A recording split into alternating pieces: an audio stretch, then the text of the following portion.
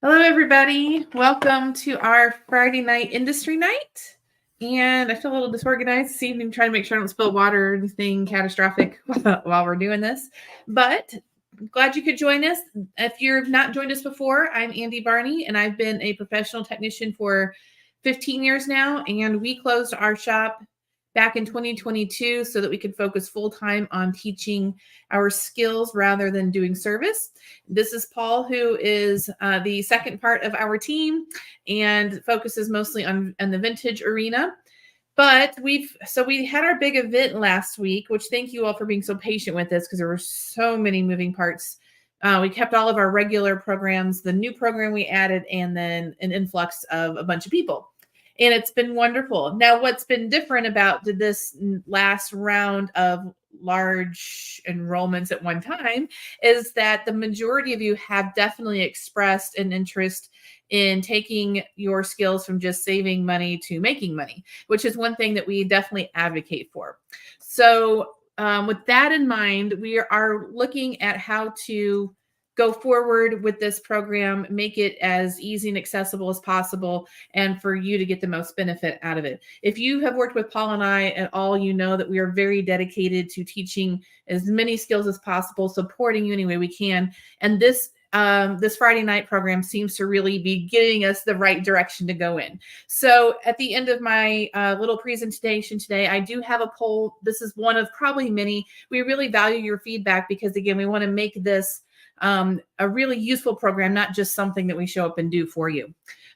So I'm going to share my screen. As a reminder, Paul monitors the chat, so feel free to drop any questions you have into the chat, whether it's about what we're talking about at the moment or anything in general. As a reminder, I will not answer any questions about sewing machine issues, anything regarding the service space, which is still really weird for me. But we are not, if you've just inherited a machine of your grandmother's and you need to know what gets it going, this is not the place for it. So, but any other questions about the service side? Again, we welcome everyone, from those of you that are just mildly curious about what it looks like on the business side, or you know for sure that you definitely want an income. All are welcome.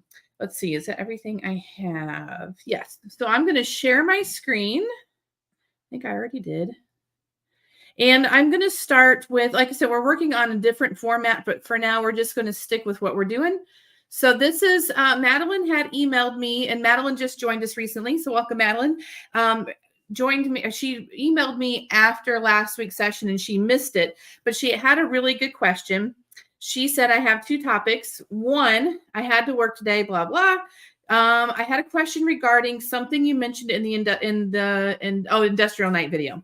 How long should you keep a machine before you consider abandoned? For those of you that were with us last week, we did talk a bit about abandoned machines and what happens when somebody brought a machine to you and they didn't come pick it up. I believe, if I remember overhearing correctly, you talked about it in the VSMM Extra on Wednesday. Questions about it on Wednesday. And it's a very good question because I don't know. I feel like when I was in a house business and it was still a small business, I never had this issue. When we moved into the quilt shop space, we really didn't have this issue up until COVID. And like I said last week, I understand why things happened during COVID. I think people got desperate. Our turnaround time went from 2 to 3 weeks to 12 weeks and stayed there for 2 years. So it's real easy to take your machine into the shop, check it in for service, and then a lot of people lost their interest in sewing as time went on, or realized, God, 12 weeks is a really long time to wait. So they probably went to Amazon or Walmart and was able to snag one of those low-end machines and then just forgot about the other one. So it's going to happen if you do start scaling a business. And she asked, do you have a statement in a contract that states it's considered abandoned after designated amount of time? Storage would be considered a premium when you first start, especially since I have limited space in my home. So this is true for pretty much anybody. Even for us with our shop space, we were still partnered with a dealer at the time this happened, and we took over his entire classroom.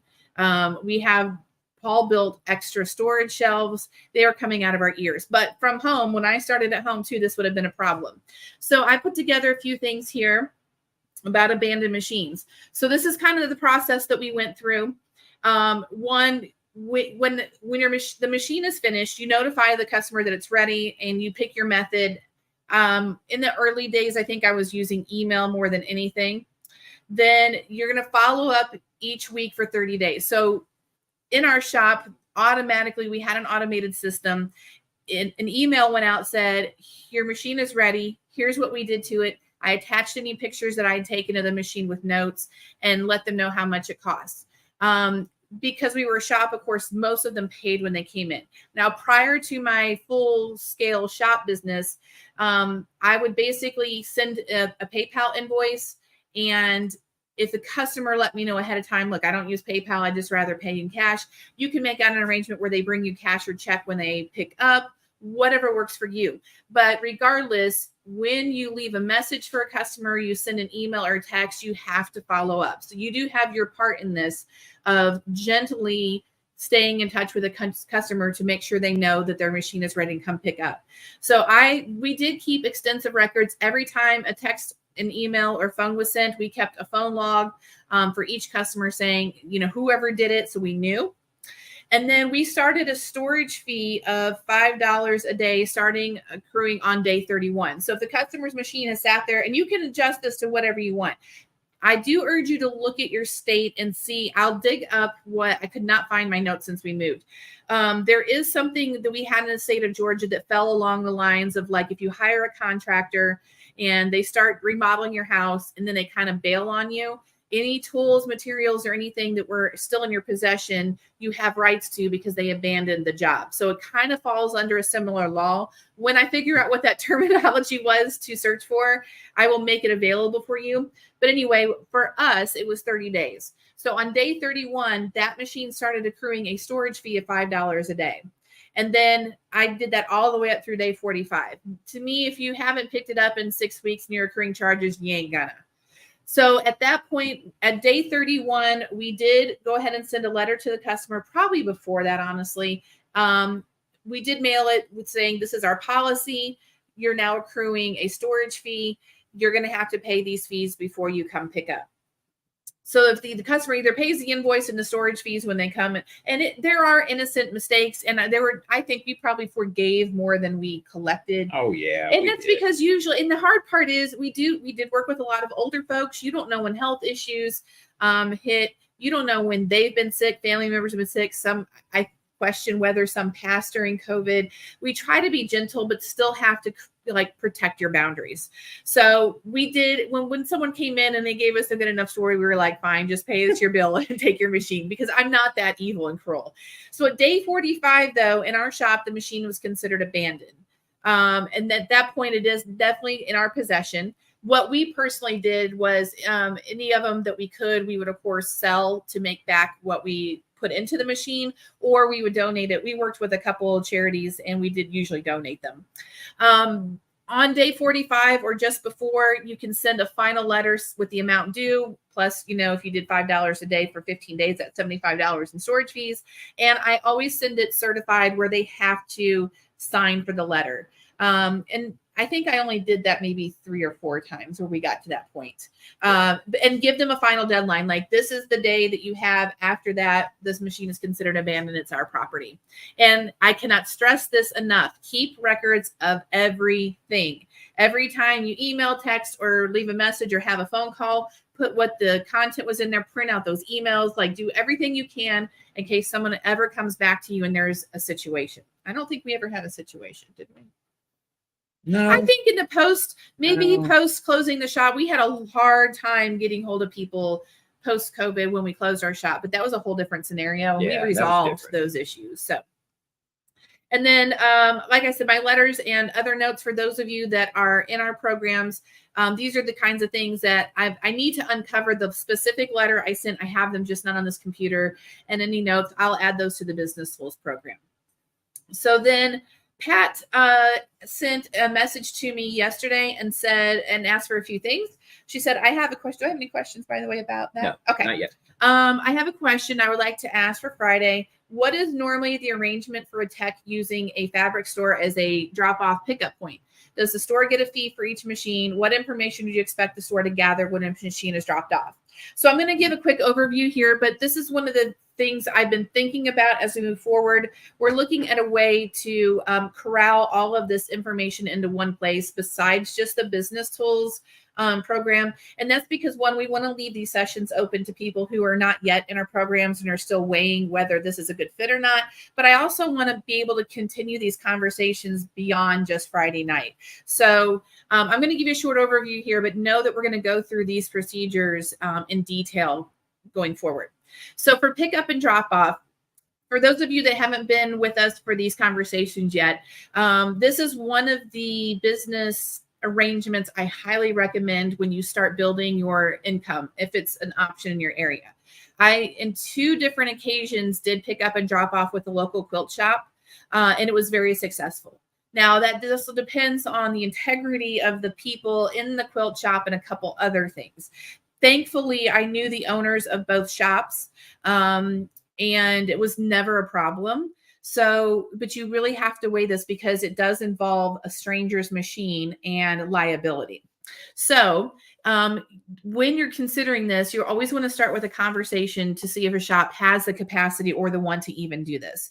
There are issues with space. You know, they have to keep some machines secure and not like out in the public area. A lot of quilt shops we used to store in, Red Hen, thankfully we had square footage, but I know people that when we were in our second shop, we even had to store things in the employee bathroom because there was no room, not machines, but like weird supplies and things. And then there's liability issues. So if there's a shop that maybe doesn't have the best reputation for, the most concerned employees or anything like that, you have to be wary. They won't be held liable for anything that happens to a customer's machine. So again, you have to get your gut feeling and maybe get some feel for the people that you would be working with. And that includes the staff, not just the owner or the manager. So in my case, one of her questions was about fees. Thankfully for me, no one demanded any fees. If they had, I would definitely have worked with them on that. But the whole point of the pickup and drop off is for everybody to win. So ideally, the quilt shop would be willing, if they have the capacity, to do this pickup drop off for you because it brings strangers into their shop that would not have come in otherwise. And of course, when you've got a nice shop that's merchandised well and you have people that come in to drop off a machine, then you has a natural segue into customers. This was a really big deal for us when we supported the cotton farm in Roswell, Georgia. Yeah, Roswell. Because Christy had such a great little shop, but it was one of those obscure places that people just didn't notice it. And she was more than happy. She was so easy to work with, but she liked it because so many people came in that had never been in before. So ideally, it's meant to be a win-win-win situation. Now we're looking at this day and age where, one, people can't afford the same amount of shop staff that they once had or can't find people to come work. So that if with a staff shortage, you're probably going to look at them needing to cover the cost of someone handling the pickup drop off. You're looking at, I guess, when you check on the machine, like not in the shop, but I'm thinking about it from a shop employee standpoint. You have to have them fill out a form. You kind of have to look over the machine a little bit. So you're looking at about 7-ish minutes, I would think. Yeah. 7 to 10 minutes. 5 to 10 minutes. Plus conversation, because if any of you know that, and that's one of the things we absolutely loved about having a quilt shop and a service shop is the conversation. So, but that's also taking that staff away from other things in the shop. So this is one reason why if, a shop owner seems hesitant, that being able to offer a fee would be ideal to cover their costs. So it's not uncommon for them to ask. I don't think I've ever seen anyone ask for a percentage. To me, that seems a little off because how much work a machine needs shouldn't determine how many machines are getting passed through. For me, I would almost always do a flat fee. So whether that's $5 a machine, and they maybe get 5 machines a week, then that's $25. It covers, a couple of, I don't know, not even an hour of an employee's time. Right. So that would be my suggestion personally on the fees. Now, the problem is that you would, and this is really not a problem. This is not rocket science. These are the things that I want to be able to teach you in depth, not just gloss over here, but we are glossing today because I'm not prepared. So you do have to train the owner and the staff what needs to be done. And it's going to be on you to make sure that they understand. So this means writing out explicit instructions. It's always best if the shop owner can designate one or two people that are really, really good at this rather than just random. So if they have a schedule where the same people are there certain days, then maybe who to work with. You're going to have the customer complete a registration form. So again, these are things that we have already in the business tools program, but we want to teach you step by step how to do these things. It's the same form that we used in our shop. It just had a place at the top where you mark if it came from another location. And we did do stickers and all these things to keep track of where machines were coming from. The staff is going to know any missing items or what's with the machine. I prefer to list what's with the machine. We've always made it very clear. There's a disclaimer on our form, even that says we're not responsible for any extra items. That means when someone hauls their FOF Tiptronic in there with, the whole bundle of things that has 9,000 feet in it and all of the extra plates and cams and all those things, we try to force them to take them home. And that's because the more things that are in our possession, the more chance of things getting lost. I hate dealing with fiddly things like that. When a customer would demand that it stays, then it was on our form right there that we are not responsible for any lost items. We had a couple occasions where thankfully the notes that Paul and our staff kept saved our butts a few times, because people would argue with us, no, I for sure brought that. And we can show them the list of exactly what was checked in when they came in. So you want to hope that the shop will do the same. If there's, we always ask for the power cord, foot pedal, bobbin case that's in there, but to list anything else if it's got cams or accessories or things like that. The staff is going to give a receipt to them. It's just a little card that we made and had printed that said, this is the date that the machine was dropped off, where it was dropped off, and who accepted the machine. The shop really appreciated that, because if anything ever came into question, you could say, oh, it was Cindy that did that. Maybe she remembers something.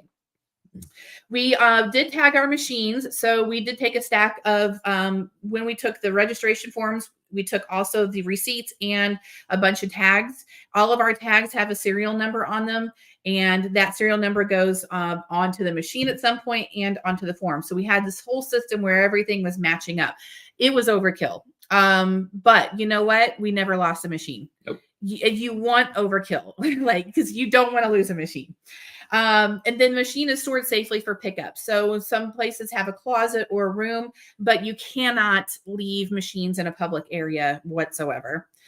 And the shop does nothing with financial transactions. So you're going to have in place your plan. When I was doing this before we had a shop, again, I would either do PayPal invoice, and I would be happy to take a Square or PayPal payment over the phone. There's 1,000,001 ways you can do this. It's nothing terribly big, but you don't want any financial transactions happening between the shop and the customer.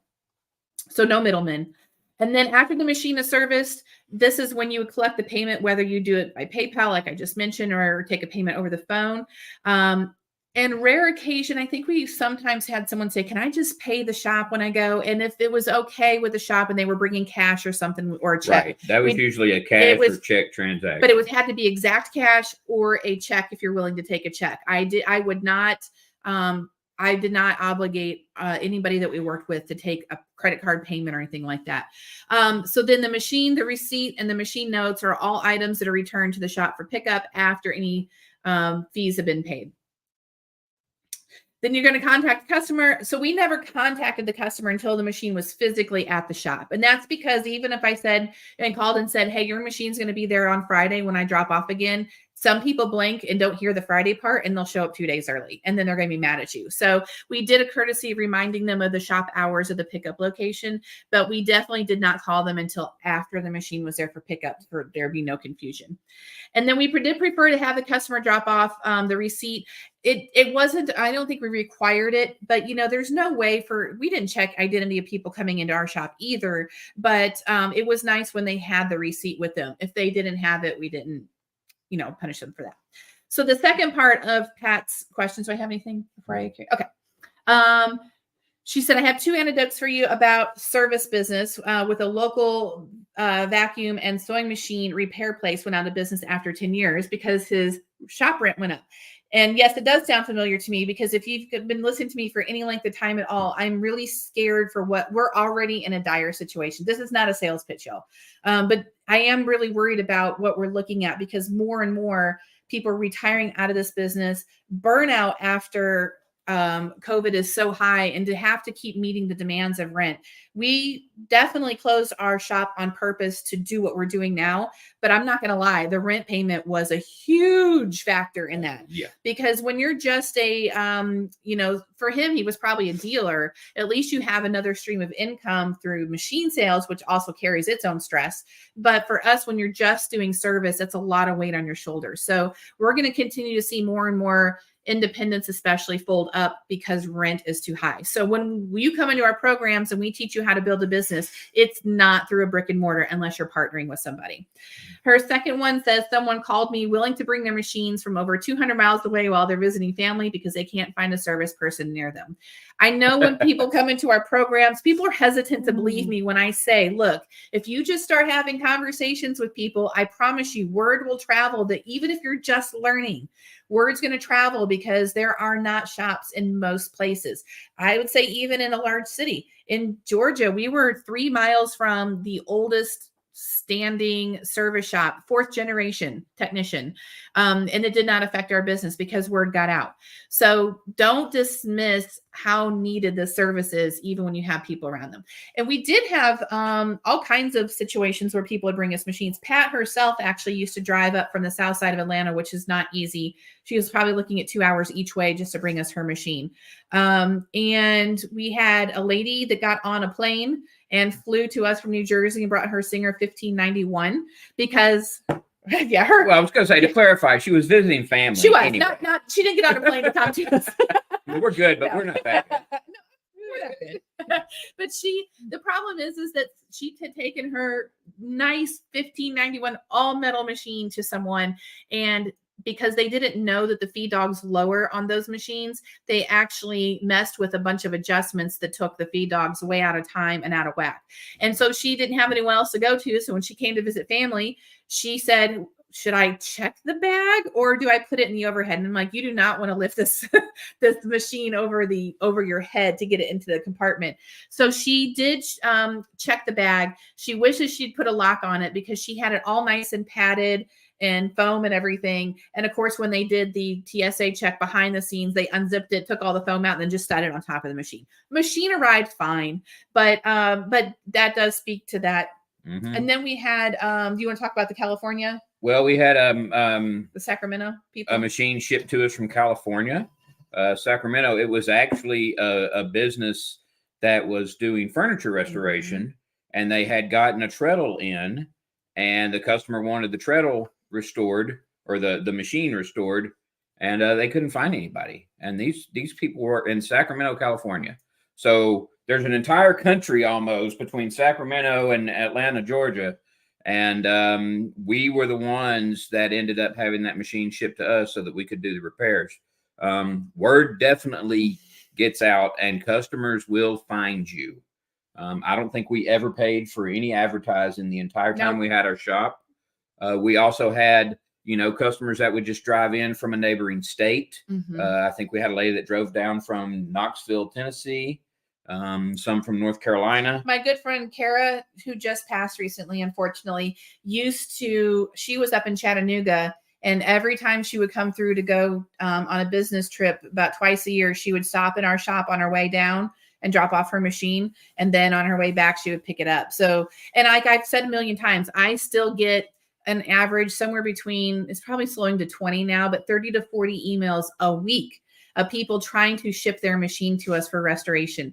And that's all, and I would say just restoration because that's what that page actually deals with is restoration. But I've had just as many people comment on my ads of like, I don't care where you're located, I will ship my machine to you, which I'm not having no capacity to do that. And I'm flattered that you would, but this is what we do now. So, right. So it's not uncommon when word gets out, especially when a family member mentions it. And we did always accommodate. It was really nice to be able to meet someone at a coffee shop, that was in town for a day or two and just go meet them and get their machine, make sure they met you in person and felt comfortable. But anytime you can work that out with someone, that's going to just further spread the word. And the other side to that, well, not the other side, but another part of that is if they're going to be coming in to town and only going to be there mm-hmm. for a certain amount of time, then we would make sure that we mm-hmm. booked out, or marked out enough time in our schedule that we could get to those machines while they were there in town so that they could take them back home with them. And we used to ask for, if it's a restoration situation or a vintage machine, we would ask for some pictures so we would know what to expect, because you can't really expect your customer to know, oh, that the thread guide's missing or anything. That would give us a heads up on what the issues were or anything like that, so we could go ahead and order parts or plan on if we had to do a lot of polishing. The more you know in that situation before the machine comes to you when it's limited time, the better. Yes, and I don't know if I've ever mentioned on here, but as far as her first comment about the local vac and sew place going out of business, when we first moved back to St. Louis last October, we now live like less than 5 miles from our local sew and vac. And I think they've been here 30 something years. And we went in recently just to visit. Paul got himself a fancy new mop there that's really cool. And I really like the sew and vac people, honestly. So we were hanging out in there and talking to the guy. And of course, when someone finds out we service, they're all like, "Oh, you service? Like, are you looking for a job?" We're not. And he said, maybe one of these days we'll end up passing this on to you. And I have had recurring, I don't know if it's a nightmare or a dream, but that we get a phone call one day of, "Hey, I'm ready to retire. Do you want this business?" So I think that we're going to start seeing a lot more of that happen, unfortunately. So let's see what we got here. So do I have any questions? No. Okay. So we are working on where we're going. So this is our 3rd week of doing Industry Night, and the response has been incredible. And I can't thank you all enough for that. But it's clear that this stuff is needed beyond what we originally thought. So I'm thinking about how to move this forward. We are definitely going to turn this into a Facebook group. And I know we have mixed feelings on Facebook. It really is the cheapest and easiest right now for ways for us to gather.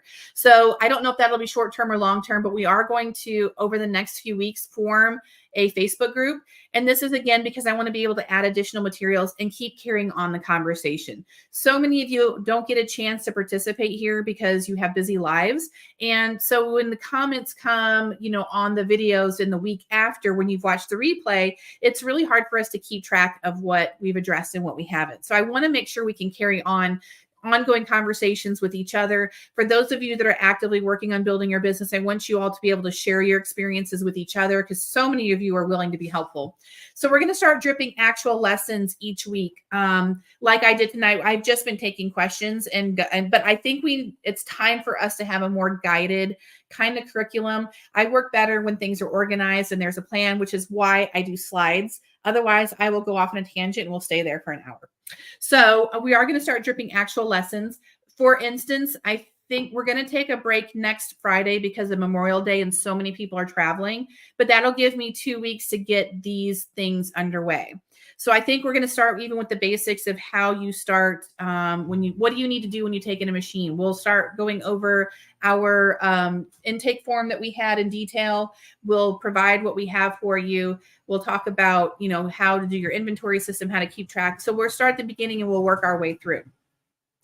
And then all of this material is leading up to our mentorship program, which we have. Once our timing program is done, our next focus, besides the Surger program, that's small, is a full mentorship program for those of you building a business. Now, some of you are going to be just fine and happy going at your own pace and building, whatever you need for your smaller business. But for those of you, Spike comes to mind because Spike is voracious in his learning and really is going after a nice scaled business. We wouldn't be able to offer more resources and assistance in helping you build that. So basically, in the short term, while we're doing this, you're getting all of this for free that will go into a paid program at some point.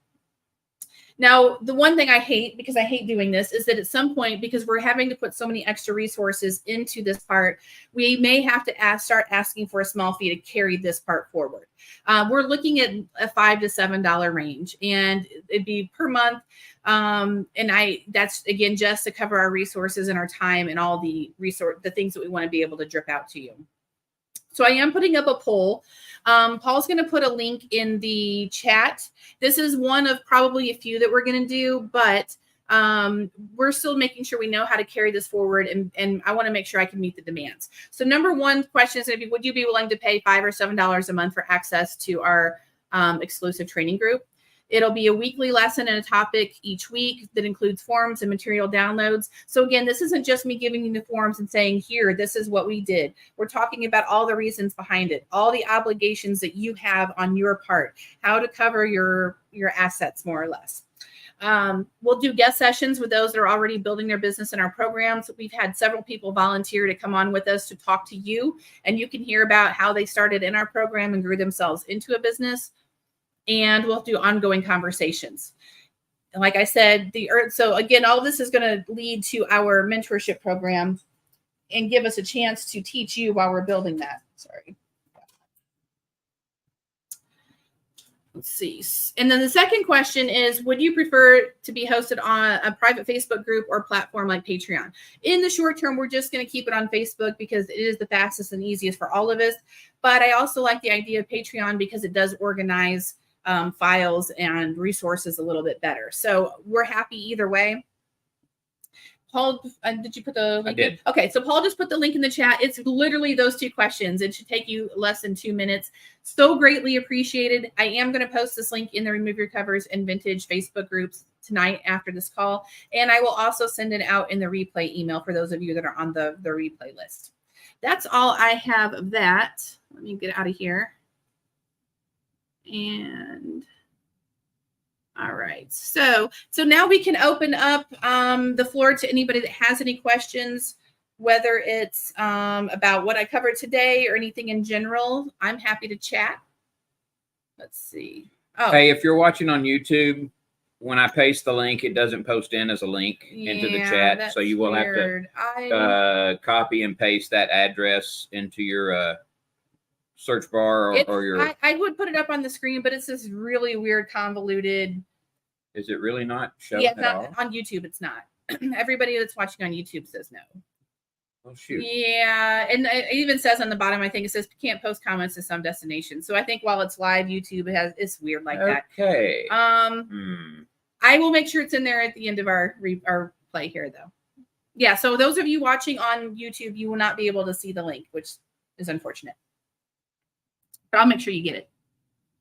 Do we have any questions or topic suggestions or anything that you would all like to discuss or anything at all? Can I even drink your water? I didn't fill my water up. I haven't seen any questions yet. Okay. Yeah, I was going to say we'll put it in the YouTube, in the video description on YouTube. Yes. And that should it won't let me do anything while we're live, unfortunately. Right. YouTube is kind of sticky like that for some reason. So yeah, if anybody has any questions, please type them into the chat, either through Facebook or YouTube. And if there's anything that you would like us to prioritize that's kind of like just something you're dying to know about, we're in the short term, until I have a group ready to go, I'm going to make a page that has the replays of each week on it. And also there will be a box where you can submit questions. Keep in mind, nothing about machines particularly in this program, but we're going to put a little thing there for you to submit questions when they come up. So Mary's asking, how do you explain your level of expertise to clients so you don't get in over your head? Which is a very good question. I will probably talk about this every time we're live in this program. People, how do I put this? I've said before that in 15 years, I have never had a single person ever ask about my credentials to see any type of certification, nothing like that. And that's really, I don't know, I guess I never thought of that as a consumer because you think that people would ask that a lot, but I am 100% a believer in honesty. So I was never dishonest about any part of my journey. And one of the questions I feel like I would think back to my early days, and most people knew I was learning. And I think I even suggested this when we were going through the previous 2 weeks or when I did the event last week. One of my suggestions, even if you just want proof that there's a market for you, is to have conversations with people and say, hey, I'm just starting to learn this, or I'm thinking about learning this. Would you be interested? It's kind of the same thing. But there is a difference between you trying to learn on YouTube and Facebook, where you're going into something that's only a portion of the material, and you having us as guides. So you can, I think Amy, I don't think Amy's Winstead's on tonight. Amy built her entire business by telling people, look, I'm just learning, which means that my rates are, cheaper because I'm a small business. I don't have the overhead and I'm still learning, but I'm not working by myself. I'm working with guided help. That goes a very long way. And in fact, I don't think most, service shops would even give a regular human a consideration hiring them because there's so much training. But when people have found out that they work with us and know that they've gotten the basics and have guided help still, that goes a long way. So so that's Mary that was asking that. I really, really think that that you should just be honest. And, the worst I think that happens is you could say, if I'm not sure that this is something I can handle, but I'm happy to consult with my mentors, there's a million and one ways you can handle that. And that's one thing we do in our programs. If you take in someone's machine, you're not by yourself. We're here to consult with you and say, yeah, that problem is a little too big and it needs to go to a service shop, and you can relay that to your customer. So we totally back you in that. I hope that helps, Mary. But I will say again, I 1000% believe in honesty. So if somebody asks you how far trained you are, you can tell them about your experience. And even Spike just commented, he said, I haven't been asked about my experience yet. Nobody's ever going to ask. I would be surprised, I think. I don't know why. I don't know. Customers always found ways to surprise me. Yeah, but that's with some of the things that they would come in with. So you never know. But just be honest. I mean, always be honest. Anne is asking, how many students do we have enrolled? I actually haven't done the numbers. I just looked. It says a little over 2,000, but I don't know. But the problem is we have free programs like the Featherweight, how to use your Featherweight that's free, and a few other free programs. We had around 1,200 before last week, and I think we took in about 90 people. And that some of those are full programs, some of them are just single programs. So we're probably close to about 1,300, close, maybe not quite there yet. Let's see. Jay said, how do you properly research your business name to make sure you do not copyright someone? That is an excellent question, Jay. We're going to actually do an entire session about that topic alone. And in fact, I think I'm going to get my friend Elizabeth Gard to come on as part of our Sewing Machine Heroes podcast, which is segueing into this program too. If you're not familiar with, there's a group called Just Wanna Quilt, and I highly recommend, even if it's not related to sewing machines, join that group. There's a page and a group. Elizabeth Gard is a copyright and trademark attorney at, my mind just went blank, in New Orleans. Tulane University. Yeah. And all of her curriculum that she teaches her students is all in the quilting realm. So she started the side project of helping people in the maker space, like sewing, quilting, and all that stuff, the creative space, advocate for themselves in terms of trademark and copyright. She's made it very affordable. So she has a book and I think an online program that walks you through both. And part of that huge thing is research to make sure that you're not taking a name that's too similar to someone else's, and also to walk you through the steps to copyright and trademark your name. It's kind of a pain. We are just now finally getting to go through the trademark process for Sewing Doc Academy. And Sewing Doc in general. And it is a pain when you don't have help, but she's got an entire attorney team there that does help you. I think it's going to cost us about $200 for the filing fee.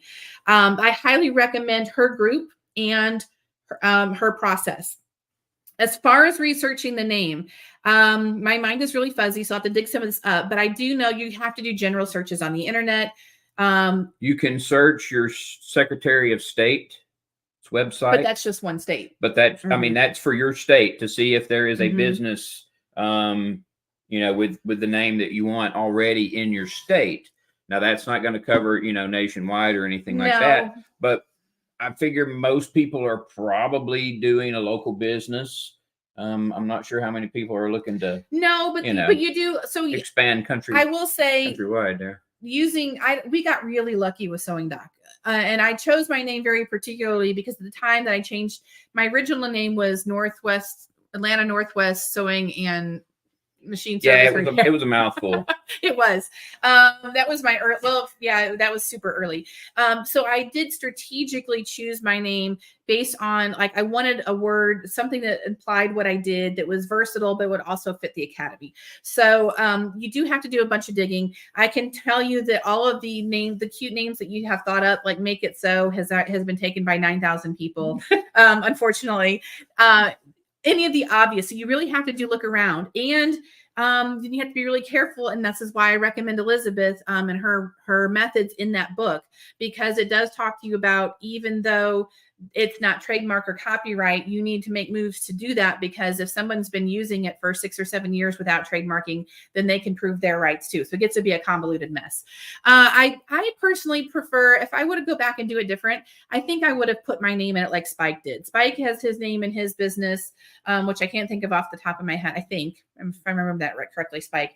But that would keep it unique, and you could just put, Jim's Sewing Service or something similar like that, that's probably not been taken. I'm discouraged because all the cute ones have been taken.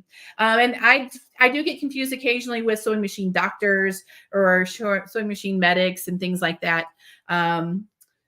So, I mean, it happens. Wasn't there somebody that tried to name their business The Sewing Machine Doctor or something? No, well, there was one. We were in Cumming, Georgia, and there was a competitor who had been there before me in Blue Ridge, up in Ellijay. Like Sewing Machine Service. Yes, that's exactly it. But they were up in Ellijay, so maybe 20 miles away, and his was the Sewing Machine Doctor, and that got really confusing because he was also a brother authorized technician, and so was I. So it got a little confusing there for a while.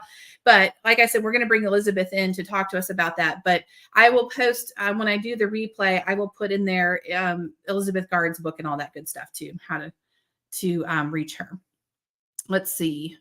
And so that was Jay's. I think So Worthy is a good name too. If it hasn't been taken. If it hasn't been taken. Or so-and-so something. So yeah, it's taken in Vegas. Yeah. Let's see. Dawn said, are there issues with having your home business but being able to service machines elsewhere, say when you're traveling? Do you mean that, Dawn, there are issues with having your home business but being able to service machines elsewhere? Say when I don't know if I touched on this before, but I'm assuming you mean like if you travel, can you service other machines? It does get a little bit weird with like taxes and all that kind of junk. But I wish, one of my biggest regrets is I did a big event in 2019. I went to New Orleans for Elizabeth Guard's group, and we did a summit there with Mary Fonz and the guy that owns one of the big fabric companies. His name escapes me at the moment. I remember, but I can't remember. Yeah, it was a really weird. Cheryl Sloboda was with us. It was a very weird weekend. But my biggest regret was that I did not think ahead, and I drove. And I was thinking, man, if I would have, because everybody's like, well, can you service our machines while you're here? We'll pay you. And I was like, well, that was stupid. I could have just paid for my entire trip. If I would have taken in 6 machines that day and serviced them and turned them around. I want to say what I would do, Dawn, going forward is I would look at the state that I'm looking to do this in and research what that state requires. Some states have a cutoff where it has to be, like if you're vending at a quilt show, for instance, I know from that space, if you're doing a certain amount, like if you're only going to go and do, let's just say you did $1,000, maybe their cutoff is more than that or whatever. So you need to research what their laws are and what they require. The worst thing that happens is that each state has a form that you can fill out. You don't have to file for a tax license, but most states have a form that you can fill out where you're claiming this is how much money I made in this state, and then you pay them whatever they're asking for. And it's usually a small percentage. It's a service fee. So unless you're doing parts, usually doesn't even have to be reported. I know for sure because of Amy that Kentucky is not included in that. Kentucky does charge taxes on service fees, but you don't have to do any business licensing or anything as far as I know. And that was from my own research. I'm happy to look into that even further to answer that. I'm not an attorney or an accountant, so my experience is limited, but I have done this a lot with quilt shop things, and I just can't remember off the top of my head. But I highly recommend that for those of you that are willing to travel with your tool bag, especially if you're into the RV lifestyle. When we were RV living, I followed the RV quilting group, and they're always asking, is there anybody like that's doing this on the road, because we could really use service out here. So I highly recommend when you're traveling, definitely look at what's required. So Roxanne on YouTube commented and said, talk to a tax person. Here in Kansas, it even depends on where you pick up the machine as to how much sales tax is charged. You have to really thoroughly, and if you can keep, and I do recommend if you're going to plan on doing this, keep an accountant on hand that you can call and ask these questions to, so that you have someone or a tax person that you can rely on. I don't always, and I will say we've moved to Missouri from Georgia, and just trying to figure out how to set up my tax license and everything here has been a nightmare because it's not clear. Like it's like I'm looking at the website and you're telling me what to do, but it's not making any sense.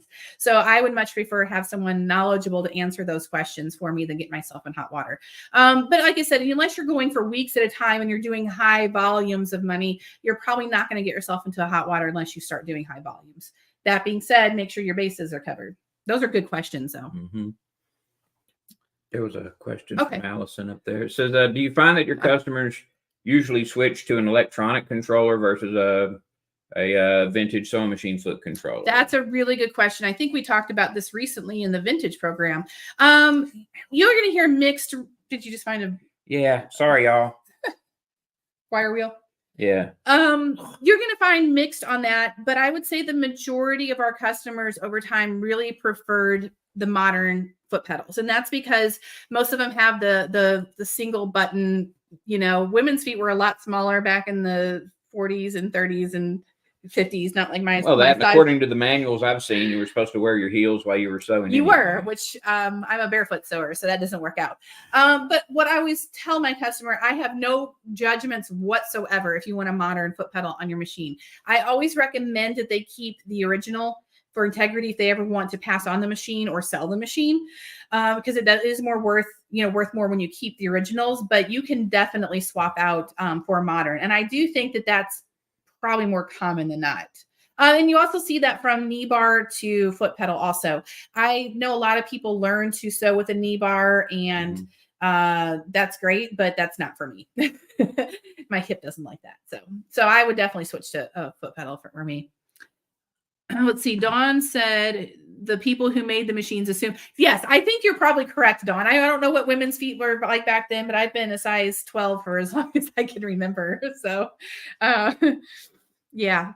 Let's see. So Mary asks on YouTube, is it recommended to have a web page? Yes, I don't think it's required, but you figure this day and age, we're living in this era of scam artists and all kinds of things. The more integrity that you can bring for yourself, the better. And honestly, it lessens the amount of really long conversations that you have to have with people. I don't mind long conversations, but not when it's the same thing about everything that could be in one place with all the information. Even if it's just a Facebook business page. Yeah, you can do a Facebook, and I have seen that. If you have a lot of local, excuse me, like I just saw it the other day with an ice cream shop, a little family owned, makes homemade ice cream, full legit business, but instead of having a full, excuse me, a full web page, they chose to do a Facebook business page or even a Google. I will recommend this for everybody that has a business. Google business listings are also very helpful. You do not have to have your home address on there. I did Google listings long before I even had a quilt shop when they were brand new. You can put posts on there that update people, like if you're going on vacation, things like that. So, but I do recommend having, even if it's just a basic one-page website. And the thing is it's very cheap and easy. It doesn't matter if it has the platform's logo all over it. If you find a free one, you're just putting information up on a website that tells people who you are, what you do, and how much you charge for it, and all the pertinent details. So I do think having something somewhere to point people to could make or break working with someone. I think there's a hesitance anymore to just believe, that it's some guy in a house or working out of his car. So I've been using Wix for seems like 9 million years. And it's funny because in the marketing industry, they're like, that's like the worst website platform ever. But you know what? I see exactly what it's going to look like on the screen. I started with a free account. And then as my business grew, I started paying for it. I pay $32 a month for my website. And that's with crazy built out I use 90 out of 100 pages available. So I use the heck out of it, and it's still only $32 a month. Carrie said I made a free website through Wix, and she's non-techie. I highly recommend Wix. I don't get paid anything by them, but you log in, it's plug and play. You drop some pictures here, you put some text in, and you make it look okay. That's all you got to do. I absolutely recommend. And I'm not sure. Yeah, right there it says you can control your own website if you only have a social media page. If that social media, yes. Now that's the downside. I do think that if you only have a Facebook page, I think that might be a turnoff to some people. I don't know. It's a crazy world we live in right now. I also feel like on a Facebook page, if you're not maintaining it by adding content to it, it looks like it's a dead page and nobody's living there. So I think it's almost added work to do a Facebook page. At bare minimum, I think personally, if I were starting at scratch, I would do the Google business page, which is a listing. So anytime somebody Googles sewing machine service near me, you will come up. And I would do just a one-page website. And Carrie, would you mind if you feel comfortable, would you mind putting the link to your website in there just so people could see? I think that would be really helpful. If she's on YouTube, it won't let her. Oh yeah, well, that's true. Doggone it. Hey, I learned something tonight. Well, no, she can post because we can see her post. We just can't do it because we're controlling it on this side. So she could, yeah, I don't know. We'll see. But anyway. But thank you, Carrie, for offering that. And Spike said, yes, encourage your customers to write reviews on whatever platform you use. Even if you just have a simple website, you can put a little box there for feedback. And please encourage, this is not something I'm good at myself either. Get ready. I am going to ask you guys for those of you that are comfortable, for a few reviews, just because I need to do better. But your customers are going to be happy enough to absolutely give you a review. I know Spike went on this campaign a few days ago. Do you have any idea how many you have, Spike? I'm just curious. If you know, drop that in there. But I do recommend when you can get, anytime your customer can just say a nice thing, even if it's like, job well done and was done on time, anything like that is always helpful. I don't think I really ever had to ask. And you're going to get the crazy situations. We had, a bad review during COVID. It was an older lady that brought a Janome that had a dead computer in it. And I was working for a Janome dealer at the time. Well, during COVID, nothing was possible. So we had her machine and we kept calling her and leaving a message with updates. And she and her husband came storming into the store and threatened me with, she knew that I had been a former president of a quilt guild, and she was going to tell everybody in our quilt guild that we just left her stranded because we couldn't get the part. And her husband went and left a review of terrible service, didn't do anything to our machine, which is funny because they didn't charge for anything. So you're going to get that sort of thing. We're getting reviews from, like, people have mixed us up with somebody else before. I don't know. It's crazy out there. But Spike says he got 7 out of 33 requests. And that is actually a very high percentage. And when you're looking in the marketing space, which I've kind of been in for a long time, it's kind of like emails. You send out 12,000 emails and you're happy if maybe 1% opens up. So it's like 7 out of 33 is fantastic, Spike. Mm-hmm. That's a really good question or a comment to make there. Let's see. And Spike had also said in Florida, you need to charge tax on repairs and servicing. I will do my best to see if I can find a resource or put together something.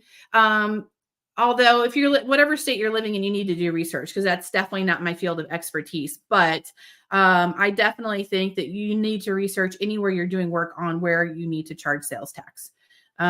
We were really, really lucky in Georgia that we only had to charge on parts that we specifically installed on the machine, not consumables like bobbins and needles or anything like that. Is there anything else that you see? Let's see. There is. I did like Jay's comment about barely sewing. Yeah, barely sewing machine repair. Yeah, get creative. People use their kids' names. People use their own names. And it doesn't even have to do anything with sewing, really. Okay.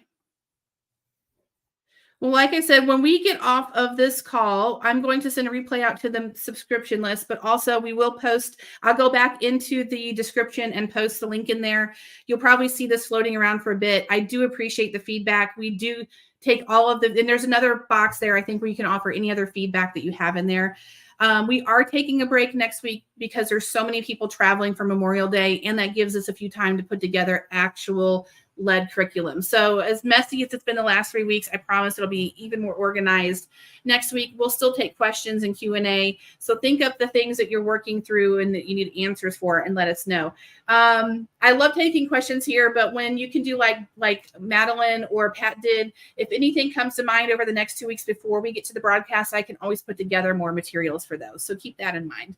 Do you have anything else before we close out? No, I do not. I've All made a right. few notes here tonight, so. Okay.